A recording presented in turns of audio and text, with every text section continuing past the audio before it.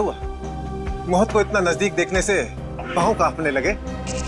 ACP आज तक अपनी मौत को अपनी हथेली पर लेकर ही चला है, समझे? मौत से कभी डरा नहीं है वो।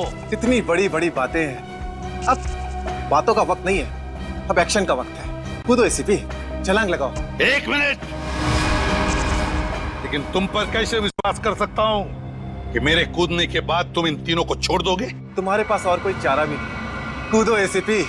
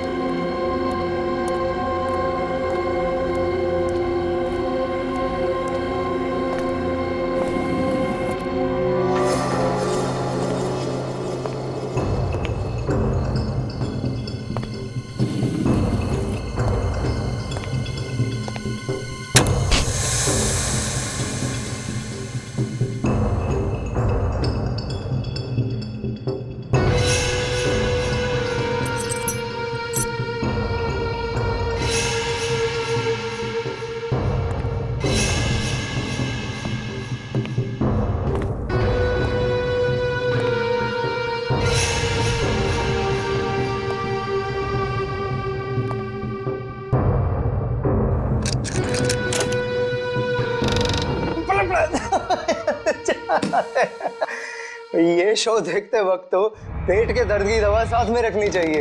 हंसते हंसते पेट दर्द हो गया।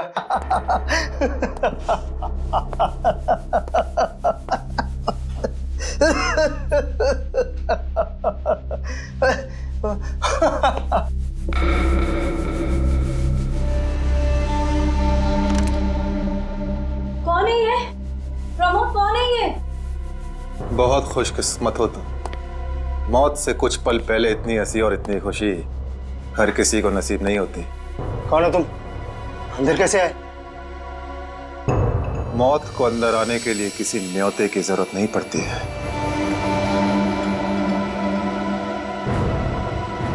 ये क्या कर रहे हो?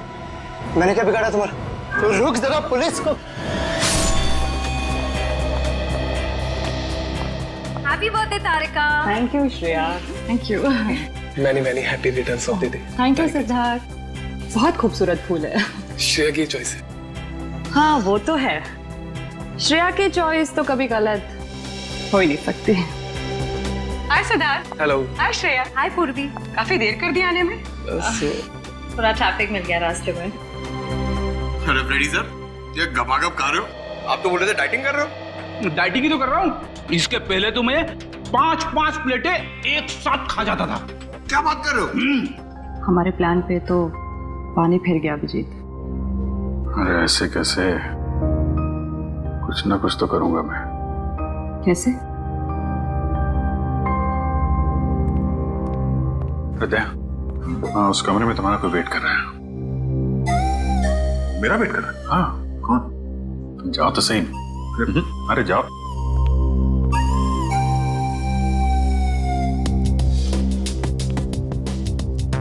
हे सिद्धार्थ, वो तुम्हें मेरी जासूसी नॉवेल्स की कलेक्शन देखनी थी ना? चलो दिखाती हूँ। चलो श्री। अरे कभी तो श्रेया को अकेले छोड़ो। ऐसी कोई बात नहीं है ना? चलो। इट्स ओके सिद्धार्थ, जाओ तो। चलो।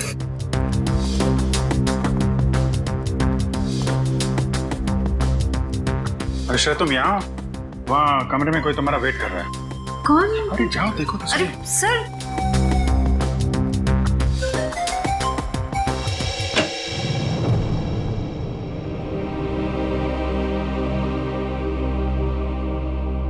श्रेया, अच्छा किया तुम सिद्धार्थ को अपने साथ यहाँ ले आई। I am very sorry. उस दिन मैंने आपके साथ बहुत बुरा बिहेव किया था।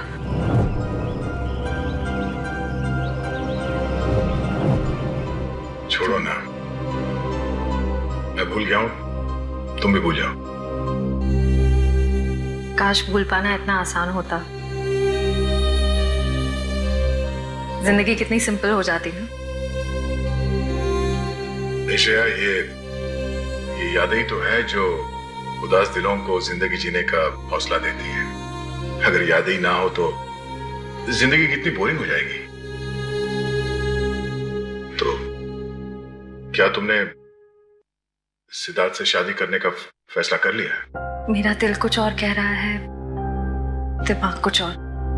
मैं जानता हूँ श्रेया, हमारे काम में हम दिल की नहीं दिमाग की सोचते हैं, मगर एक बार सीआईडी ऑफिसर ने एक आम लड़की की तरह सोचो, दिल का इस्तेमाल करो, उसकी आवाज सुनो।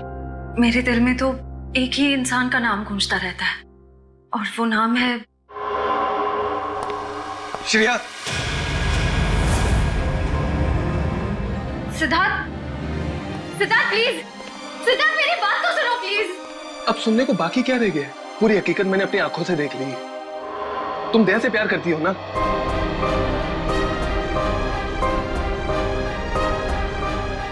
सिद्धार्थ, मैं इस बारे में तुमसे बात करने वाली थी। की क्यों नहीं? सिद्धार्थ, काम इतना होता है, मौका ही नहीं मिला मुझे। मौका नहीं मिला? I just can't believe I heard that. Siddharth please मेरी बात तो सुनो। ये इतना आसान नहीं हो के मैं आपको मेरी जगह रखकर तो सोचो, फिर पता चलेगा मैं किस अग्नि परीक्षा से गुजर रही हूँ।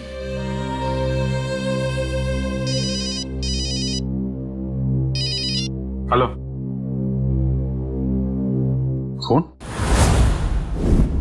सर, दोनों पति पत्नी थे, प्रमोद और शांति। सर, हमने कभी सपने में भी नहीं सोचा था कि हमारे होटल में ऐसा कुछ होगा। एक मिनट, आप बाहर खड़े रहिए।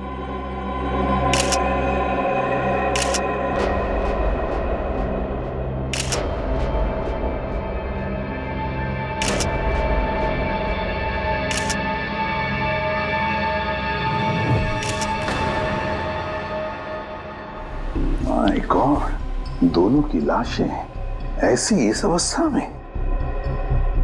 सर, इतने सारे केस सॉल्व किए लेकिन इस तरह का केस कभी नहीं देखा।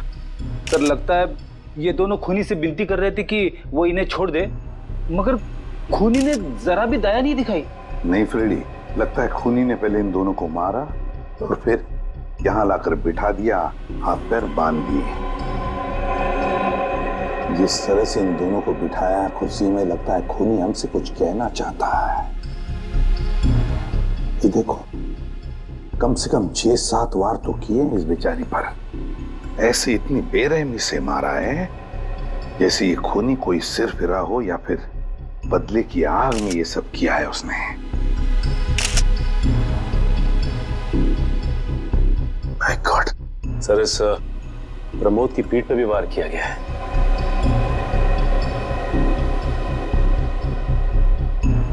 क्या हुआ? सर, इसकी सांसें चल रही है, जिंदा ही। प्रमोद जिंदा है? तुम्हें जल्दी से इसे हॉस्पिटल ले जाओ, इसका जिंदा रहना बहुत जरूरी है। संभाल के, चल। आजा।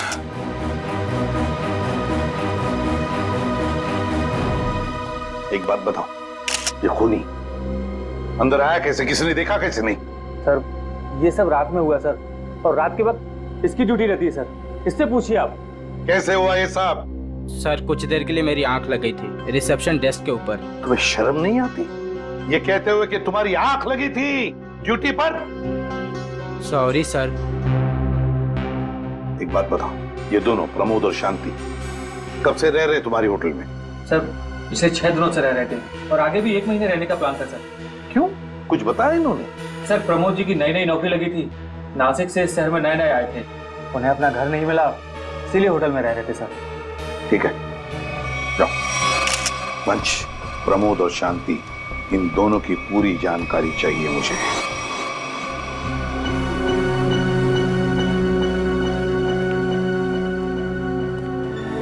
हाँ सचिन, ये प्रमोद कैसा है? सर, डॉक्टर ने ऑपरेशन शुरू कर दिया है, थोड़ी देर में पता चल जाएगा सर। लगता है सचिन, ये खूनी शांति को ही मारने आया था, प्रमोद को नहीं। देखो ना, उसने प्रमोद पर सिर्फ एक ही वार किया और फिर देखा तक नहीं कि वो जिंदा है या मर गया।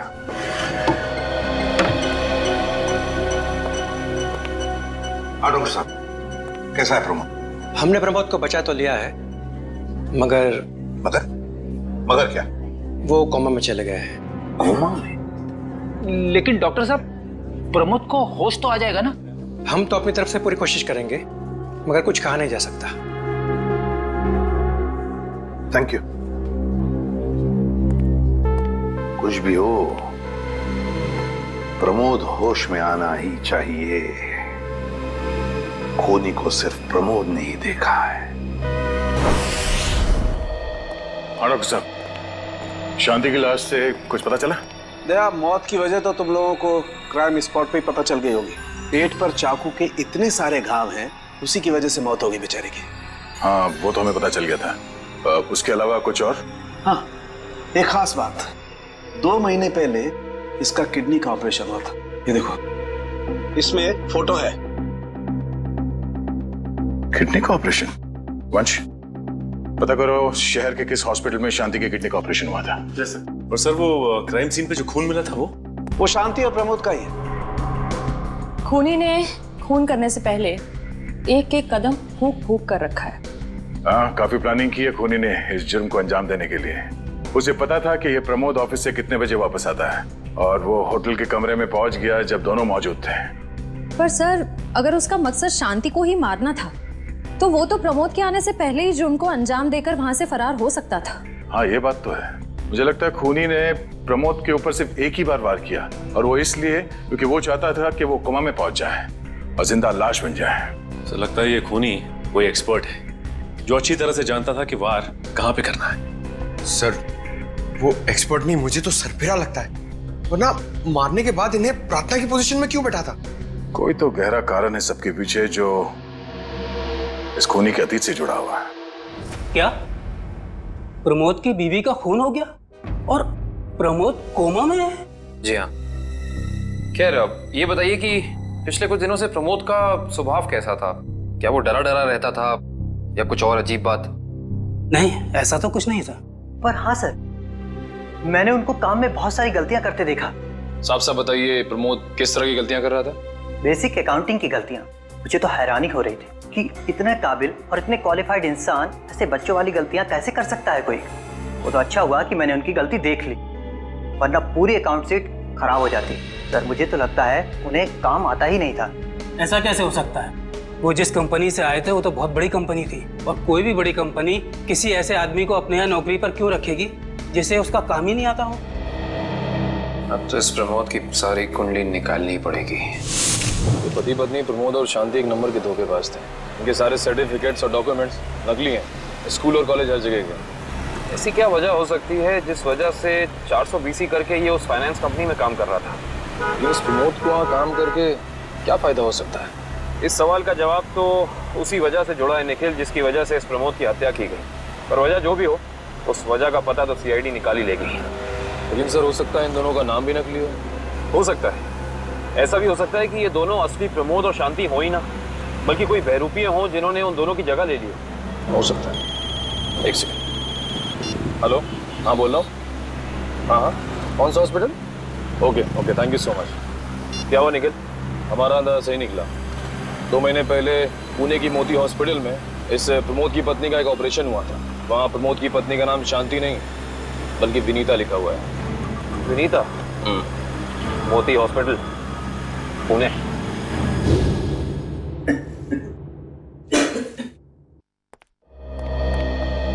एक्सक्यूज मी, एक वक्त पे सिर्फ एक ही मरीज अंदर आएगा? हम लोग सीआईडी से। सीआईडी?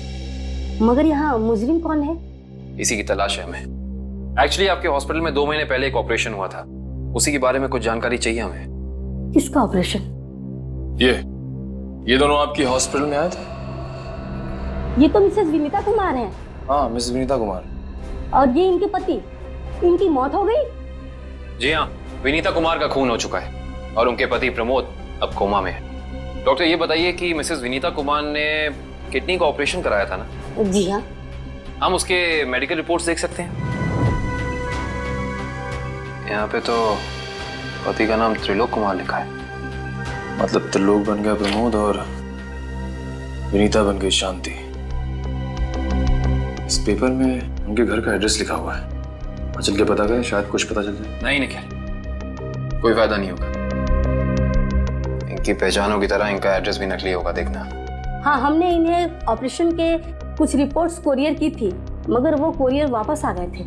डॉक्टर, ये बताइए कि इन्होंने ऑपरेशन का पेमेंट कैश में की थी या चेक से या किसी कार्ड से? इंश्योरेंस के जरिए। इंश्योरेंस? उस इंश्योरेंस कंपनी के कोई कागजात, कोई डॉक्यूमेंट्स हैं आपके पास? हाँ, इसी फाइल में होंगे। गुड।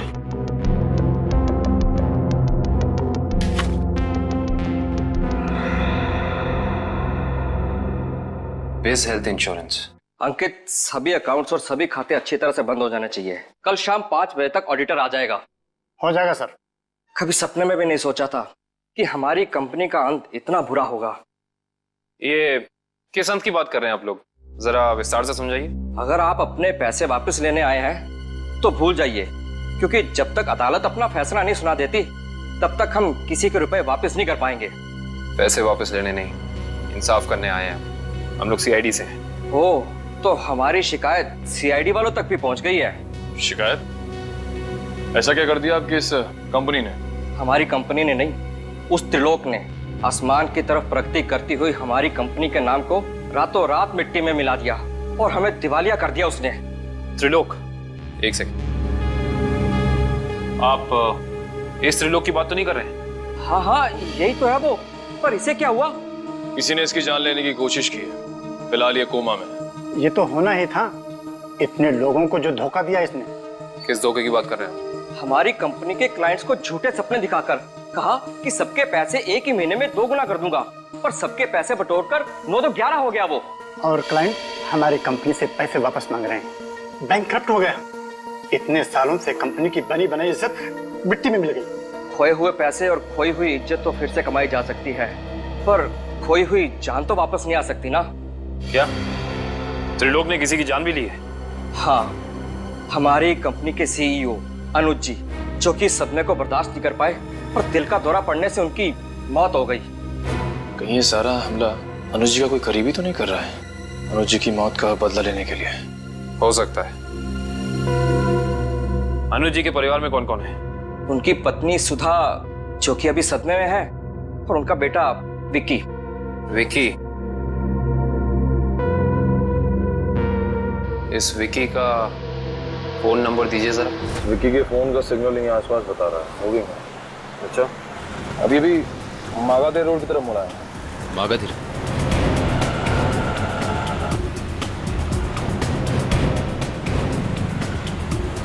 देखो सिग्नल, कुछ पता चला? एक मिनट। क्या हुआ? इस विक्की के फोन का सिग्नल यहीं आसपास बता रहा है। कहीं विक्की इस बाइक पे तो नहीं? हाँ सर, हो सकता है ये विक्की है। चेक करते हैं।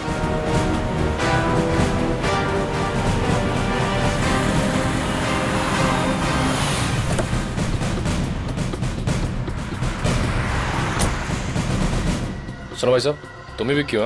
हाँ, और ये क्या बदतमीजी है? तुम लोग मेरा नाम कैसे जानते हो? तुम्हारा नाम और तुम्हारे सारे कारनामों के बारे में जानते हैं हम। सीआईडी। सीआईडी? इस शहर में क्या कर रहा है? हा? कुछ काम था, और तुम लोग मेरा पीछा क्यों कर रहे हो? बकवास बंद कर। दो खून करके भाग रहा हो, कह रहा है सीआईडी पीछा क्यों कर रही है? मैंने कोई खून नहीं किया है। अच्छा, त्रिलोक और विनीता का खून नहीं किया तुमने? What? त्रिलोक और विनीता मर चुके हैं? ड्रामा बनकर अपना पूरा इतिहास है तेरा हमारे पास। उन दोनों ने तुमसे तुम्हारे पिता को छीना, उसका बदला लेने के लिए तुम यहाँ आए हो उनके पीछे। हाँ, मैं बदला लेने जरूर आया था, पर मैंने उनका खून नहीं किया। देख, सच बोल दे, समझा? नहीं अपनी शक्ल नहीं पहचान पाएगा। मैं सच कह रहा हूँ। मैंने किसी तरह उनके बारे में पता किया। मैं उनके होटल भी गया था, मगर जैसे मैं उनके कमरे की तरफ जा रहा था, मैंने उनके कमरे में एक आदमी को जाते हुए देखा। कौन सा आदमी था वो? उसके चेहरे को ठीक से देख नहीं पाया मैं। तुम्हें जो भी याद है, जितना भी याद है, साफ साफ बताओ।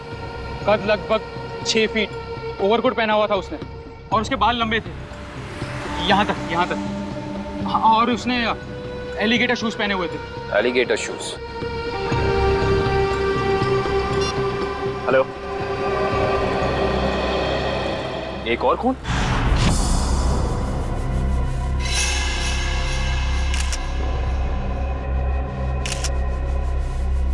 लाश ऐसे अजीब ढंग से क्यों बैठा है? कमाल है सर, पिछले वाले केस में खूनी ने उन दोनों को होटल में चाकू मारकर प्रार्थना वाली पोजीशन में बैठाया था, और इसे गोली मार के इस तरह से। लगता है दोनों का खूनी एक ही है। गोली सीधे माथे के बीचों बीच मारी है। अगर ये सीरियल किलर होता तो इसे भी चाकू से मारता सर, क्योंकि विनीता को उसने चाकू से मारा था। इसे तो गोली मारी है। हाँ, मगर लाशों को ऐसे एक ही ढंग से बिठाना क्या दो अलग अलग खूनी करेंगे? मुझे लगता है दोनों का खूनी एक ही है। और जिस वक्त इस तिग्मांशु का खून हुआ, लगता है खाना खाने ही वाला था।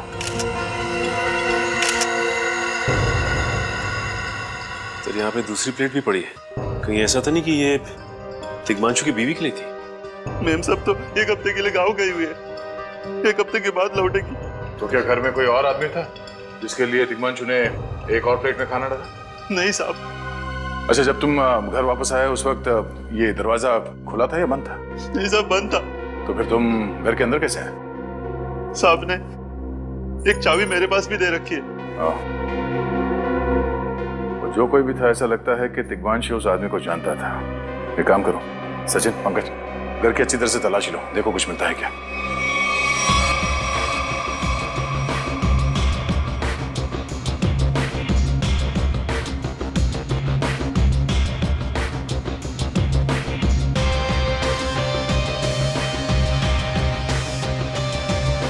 साहब।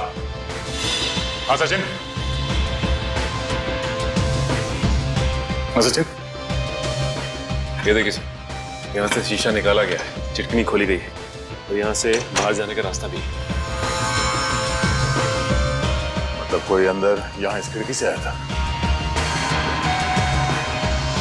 सर, लेकिन इस घर में तो सेफ्टी अलार्म भी है सर। अगर यहाँ से कोई अंदर आया है तो सेफ्टी अलार्म बजना चाहिए था और सिक्योरिटी गार्ड को भी अंदर आना चाहिए था।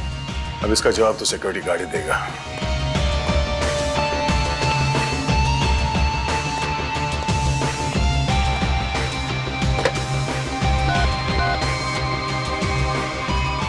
Hello security. अच्छा, आज दोपहर को तिग्मांशु जी के घर से अलार्म बजा था? बजा था। तो फिर आप चेक करने के लिए उनके घर पे क्यों नहीं आए? ओ आई सी, पिछले हफ्ते भी? ठीक है, थैंक यू। क्या बोला सर ये सिक्योरिटी वाला? सिक्योरिटी का कहना है कि अलार्म बजा था और उन लोगों ने घर में फोन भी किया, तो तिग्मांशु जी ने कहा कि गलती से अलार्म बज गया, इसलिए वो लोग ऊपर नहीं आए। सर, हो सकता है तिग्मांशु ने मजबूरी में कहा हो, खूनी ने उसके सर पे गन तान दी हो। कुछ कह नहीं सकते। बात करते वक्त अगर थोड़ी सी भी टेंशन हो आवाज में तो ये सिक्योरिटी वाले तुरंत भाप लेते हैं। दरअसल पिछले हफ्ते भी तिग्मांशु के घर से अलार्म बजा था और जब सिक्योरिटी वालों ने फोन किया था तो तिग्मांशु ने यही कहा था कि गलती से बच गया। सर, ये खूनी काफी चालाक लगता है, खेल खेल रहा है। देखते हैं, जरा देखो इस घर में कुछ और मिलता है क्या। खूनी ने कोई ना कोई सुराग जरूर छोड़ा होगा, चेक करो।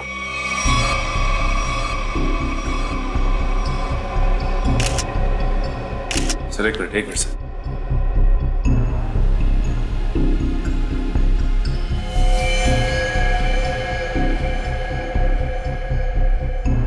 ये देखिए सर, खून। ये खून यहाँ कैसे? कहीं खूनी का तो नहीं है खून? ये तो डॉक्टर सालों के ही बताएंगे। वो खून किसका है ये अभी पता चल जाएगा। तारिक आती होगी रिपोर्ट लेकर के। डॉक्टर साहब, इस तिग्मांशु के बारे में कुछ और पता चला? हाँ। वो कैसे? इसे गोली मारने से पहले बेहोश किया गया था। क्या? इसे बेहोश किया था?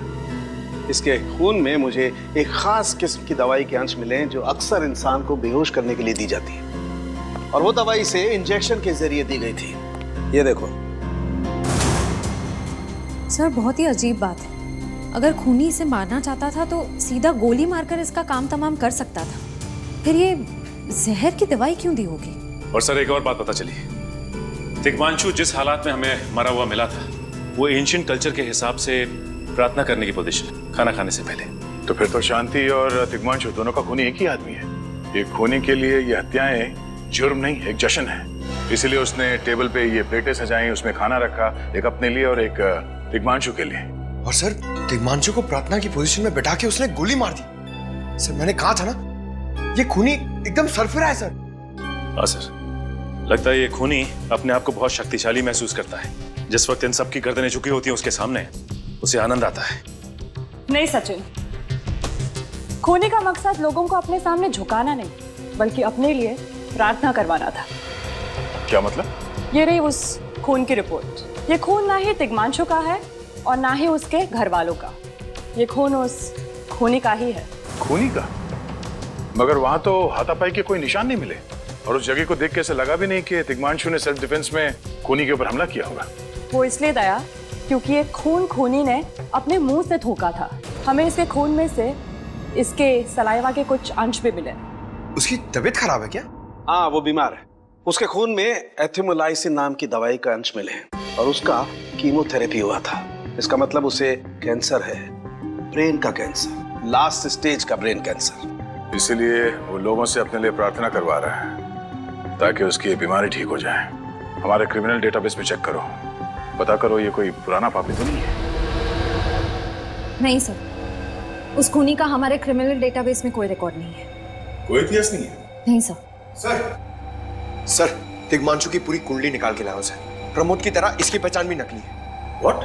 हाँ सर, ये देखिए, उसका असली नाम राकेश है और जिस तरह प्रमोद को 400 बीसी की आदत थी, ठीक उसी तरह राकेश भी भोली भाली लड़कियों को फंसाता था शादी के झांसे में। कई लड़कियों ने आत्महत्या की है इस तिग्मांशु और राकेश के चक्कर में। हाँ सर, शादी के बाद उनके पैसे लेके ये गायब हो जाता। सर, इसका मतलब खूनी ने 2 ऐसे लोगों को मारा जो पहले से मुजरिम थे। शायद उसने सोचा होगा कि मरने से पहले कुछ अच्छे कर्म कर लूं। नहीं श्रेया, जरूर कोई रिश्ता रहा होगा उसका इन दोनों अपराधियों के साथ। पता करो इन दोनों अपराधियों का केस किस पुलिस स्टेशन में फाइल किया गया था? सर, ब्रेन कैंसर के जितने भी पेशेंट्स हैं शहर में, उन सबकी लिस्ट मिल गई है सर। कुल मिला के ऐसे 50 पेशेंट्स हैं, जिसमें से 10 पेशेंट्स ऐसे हैं जो कैंसर की लास्ट स्टेज पे हैं। उनमें से 4 औरतें हैं, बचे 6। हाँ सर, और इन 6 में से 4 ऐसे हैं जो 70 साल से ऊपर के बुजुर्ग हैं। अब बचे 2, ये उदय और भानु। तुम इन दोनों से मिले? हाँ सर, ये उदय 6 महीने से हॉस्पिटल में है। और भानु? भानु सर 1 महीने से हैदराबाद में। ये कैसे हो सकता है सचिन? अगर वो मुजरिम इसी शहर में है तो कहीं ना उसका इलाज चल रहा होगा ना कहीं से वो दवाई खरीदता होगा। मांझी सर, इस शहर में जितने भी केमिस्ट है जहाँ पे ब्रेन कैंसर की दवाइयाँ बेची जाती है, उन सब की लिस्ट चाहिए मुझे। सब पता चल गया। त्रिलोक और राकेश दोनों के खिलाफ एक ही थाने में केसेस दर्ज किए गए थे, जगतपुरी थाने। इस केस का पूरा इतिहास जगतपुरी थाने से ही पता चलेगा। Excuse me. यस। आपकी दुकान पे ब्रेन कैंसर की दवाइयाँ बेची जाती हैं? जी हाँ, हमारी दुकान उन चुनिंदा दुकानों में से है जहाँ ये दवाई आपको मिलेगी। वैसे ये दवाइयाँ बहुत कम लोग खरीदते होंगे नहीं? जी, बहुत महंगी है एक्चुअली। अच्छा, जो लोग ये दवाइयाँ खरीदते हैं उनकी लिस्ट मिल सकती है हमें?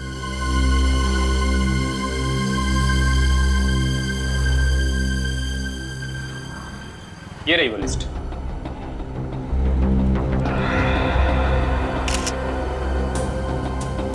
तपन, उदय और नितिन, ये तीनों लोग तो उस मरीज की लिस्ट में थे। अच्छा, आपको पूरा यकीन है कि इनके अलावा और कोई नहीं आता ये दवाई लेने के लिए? जी नहीं, लेकिन हो सकता है कोई गैर कानूनी तरीके से ये दवाई खरीद रहा हो। ये दवाइयाँ काफी महंगी है ना, आम आदमी इसका खर्चा नहीं उठा सकता। अच्छा, आप किसी ऐसे आदमी को जानते हैं जो ये गैर कानूनी काम करता है? एक आदमी है, आंद्रे नाम है उसका। प्यार से लोग उसे एंडी कहते हैं। ये जो ज्वाला रोड पे पब्लिक पार्क है ना, अक्सर वही मिलता है। कांस्टेबल सुनील। Yes sir. आप सीआईडी से ही हैं ना? हाँ, हमारी बात शायद आप ही से हुई थी। साहब बताइए, कांस्टेबल सुनील आपके लिए क्या कर सकता है? सुनील जी, हाल फिलहाल में इस रिकॉर्ड रूम में कोई चोरी वगैरह हुई थी क्या? चोरी नहीं तो सर, अब यहाँ वाला कोई चोरी कैसे करेगा? सुनील, फिर आप एक हेल्प कर सकते हैं हमारी। हमें 2 मुजरिमों की फाइल चाहिए। एक का नाम है त्रिलोक कुमार और दूसरे का राकेश भिवेन। 1 मिनट सर, क्या नाम बोले? राकेश? राकेश भिवेन।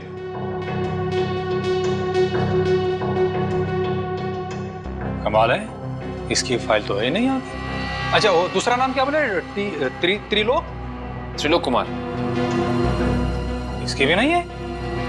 दोनों की फाइल्स नहीं। हाँ सर, लेकिन यहाँ पर चोरी की तो कोई घटना नहीं घटी। पता नहीं फाइलें गायब कैसे हो गई। सुनील, यहाँ याद करने की कोशिश करो, हाल ही में कोई दुर्घटना घटी थी क्या? पिछले महीने ऑफिस एरिया में आग लग गई थी, तो अच्छा हुआ फायर ब्रिगेड वाले जल्दी आ गए और हमारे रिकॉर्ड्स नष्ट नहीं हुए। जरूर ये आग भी जानबूझकर लगाई गई थी। आग लगने की वजह क्या थी?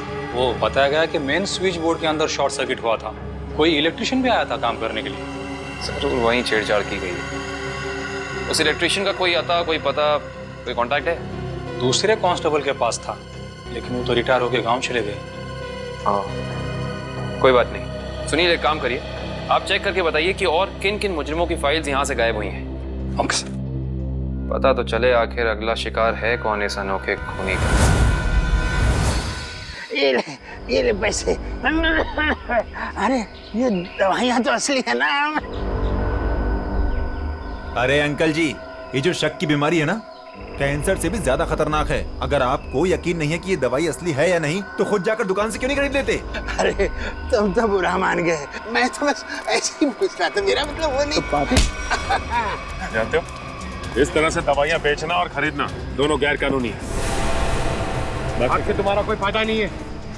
मैंने सुना था कि सीआईडी बड़े-बड़े केस हैंडल करता है। मैं तो छोटा-मोटा चोर हूँ, जाने दो ना साहब। हाँ मिस्टर छोटे चोर, ये बताओ कि तुम्हारे पास से ये दवाइयाँ खरीदने के लिए कोई ऐसा आदमी आता था जो 6 फीट लंबा था और लंबे लंबे बाल थे उसके, और वो एलिगेटर वाले शूज पहनता था? हाँ, वही जो आगे से नुकीला होता है। हाँ, आया था चिराग। आप लोग चिराग को ढूंढ रहे हो? हाँ। कहाँ मिलेगा ये चिराग? चिराग?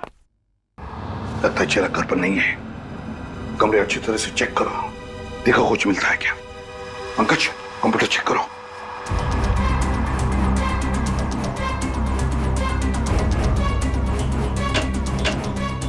सर, ये देखिए, पूरी अलमारी गन्स और चाकू से भर रखी इस चिराग ने। My God. सर, हाँ, अंदर के कमरे में से ये खून से भरे हुए कपड़े मिले। पुलिस रिकॉर्ड रूम से फोन है। देखो। हेलो जी, कहिए। कौन? संदीप, स्वाधीन और हेमंत। ओके, ठीक है। कौन है ना? सर, त्रिलोक और तिग्मांशु की तरह इन तीनों की फाइल भी चोरी हुई है पुलिस रिकॉर्ड रूम से। मतलब अभिजीत, अब ये चिराग इन तीनों में से किसी एक को मारने वाला है। सर एक सेकंड, ये देखिए सर, इस कंप्यूटर की फाइल में इन तीनों की फाइल है। सर, ये तीनों भाई हैं और बदमाश भी हैं, और इन्होंने 3 खून किए हुए हैं। सर यहाँ पे 2 एड्रेस है, एक चीकूवाड़ी और एक चारको। चारको पर चीकूवाड़ी। एक काम करते हैं अभिजीत, हम दोनों चीकूवाड़ी चलते हैं और तुम लोग तीनों भी चारकोप चले जाओ। Yes sir. हाँ सर। चलो अभिजीत।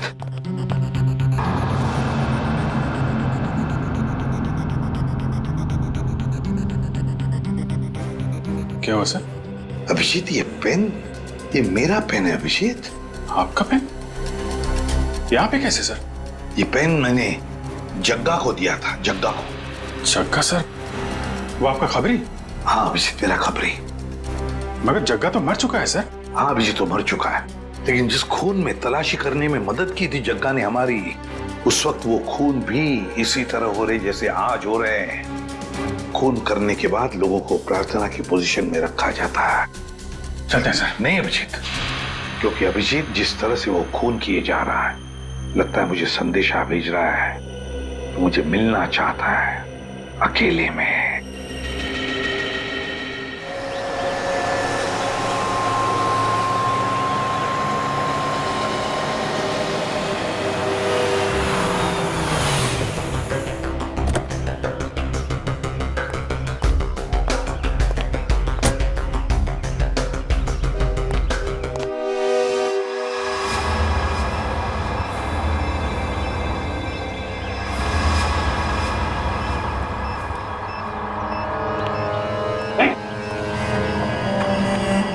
प्लीज हमें बचा लीजिए, किसी तरह हमें मार डालेगा।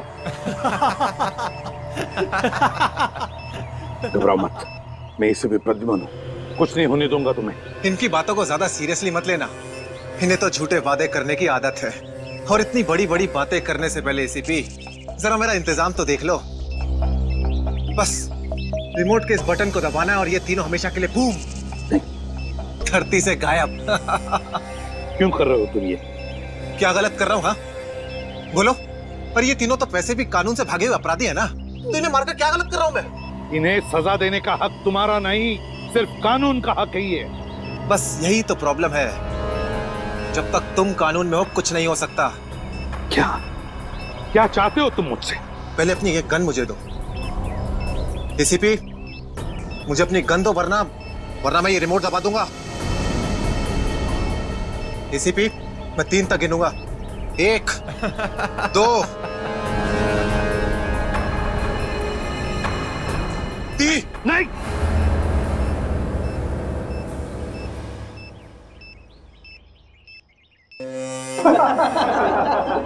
बहुत अच्छे, बहुत अच्छे। तो तुम जानना चाहते थे ना कि मैं तुमसे नफरत क्यों करता हूँ? हाँ।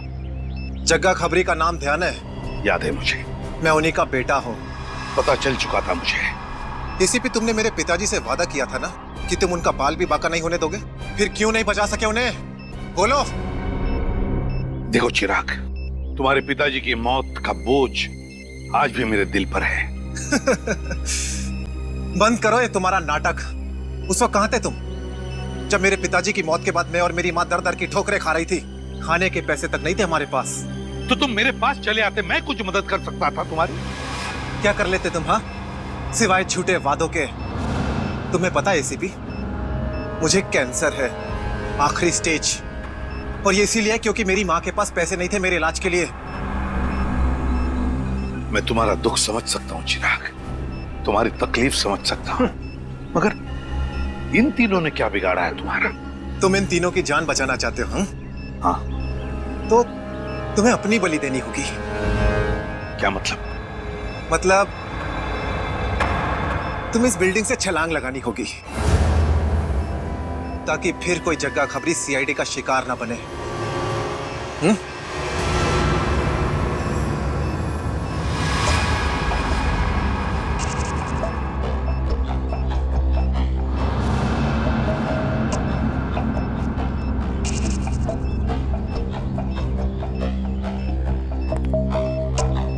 ठीक है, मंजूर है।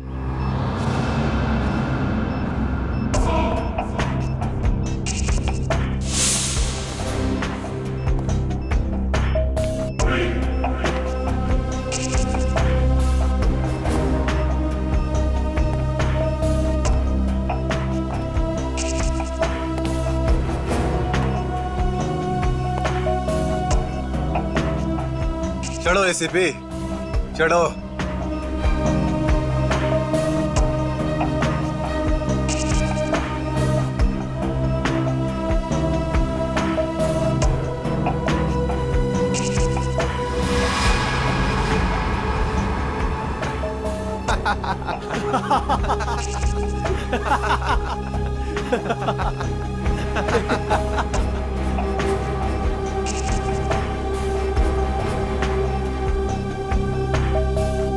ऊपर जाकर मेरे पिताजी से माफी जरूर मांग लेना। क्या हुआ? मौत को इतना नजदीक देखने से पांव कांपने लगे?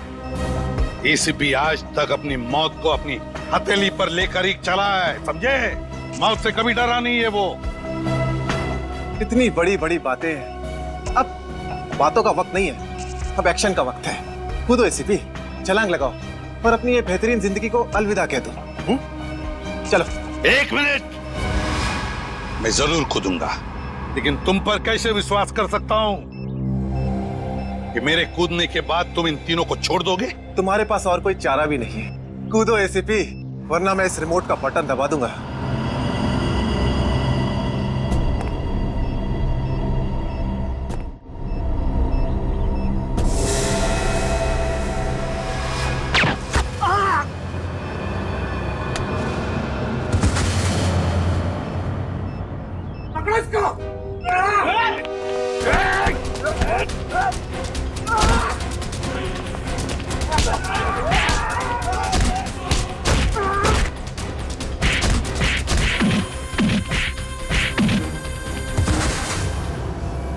बस मिस्टर चिराग, बहुत चला लिया न्याय की अदालत। सीआईडी का काम सीआईडी को सौंप दो। रेडी? पंकज, उन तीनों के शरीर से बॉम्ब हटा दो, संभाल के। और तुम मेरे दोस्त, मेरा खबरी जग्गा के बेटे लगते ही नहीं, उस बेचारे ने तो अपनी जान कुर्बान की हमारी मदद करने में, कानून की मदद करने में। मगर तुम, लानत है तुम पर, जैसे घटिया काम करने निकले थे। 2 खून किए तुमने। तुम्हें तो शायद फांसी ही होगी, फांसी।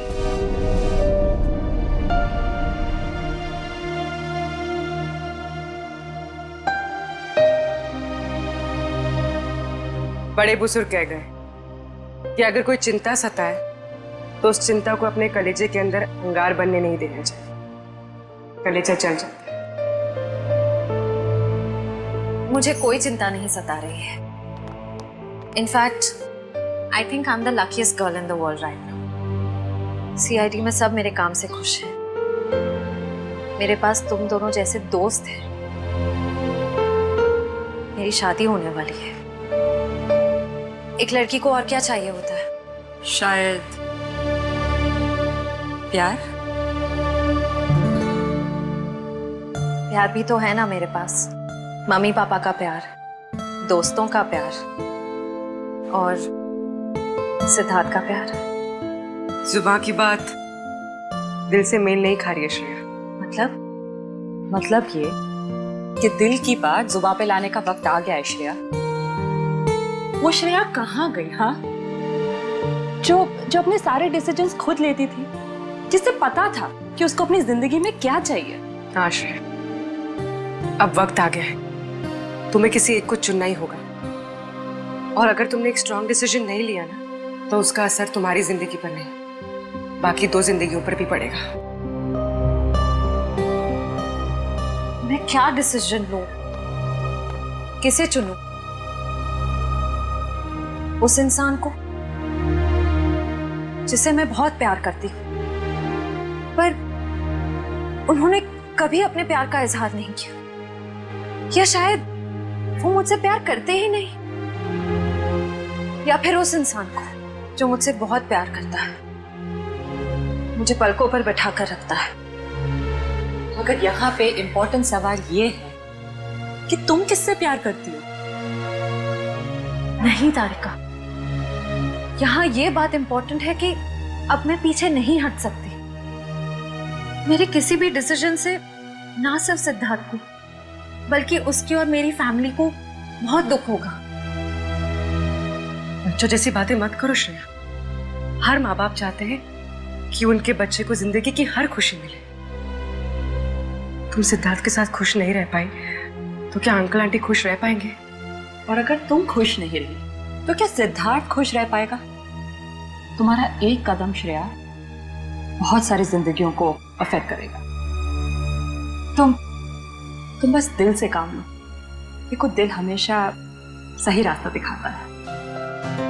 ठीक है, अब से मैं अपने दिल की बात सुनूंगी। अगर मैं किसी भी कदम पर कमजोर पड़ जाऊं तो तुम दोनों को मुझे सही रास्ता दिखाना होगा। हाँ, लेकिन एक शर्त है। कैसी शर्त? तुझे आइसक्रीम खिलानी पड़ेगी। Of course.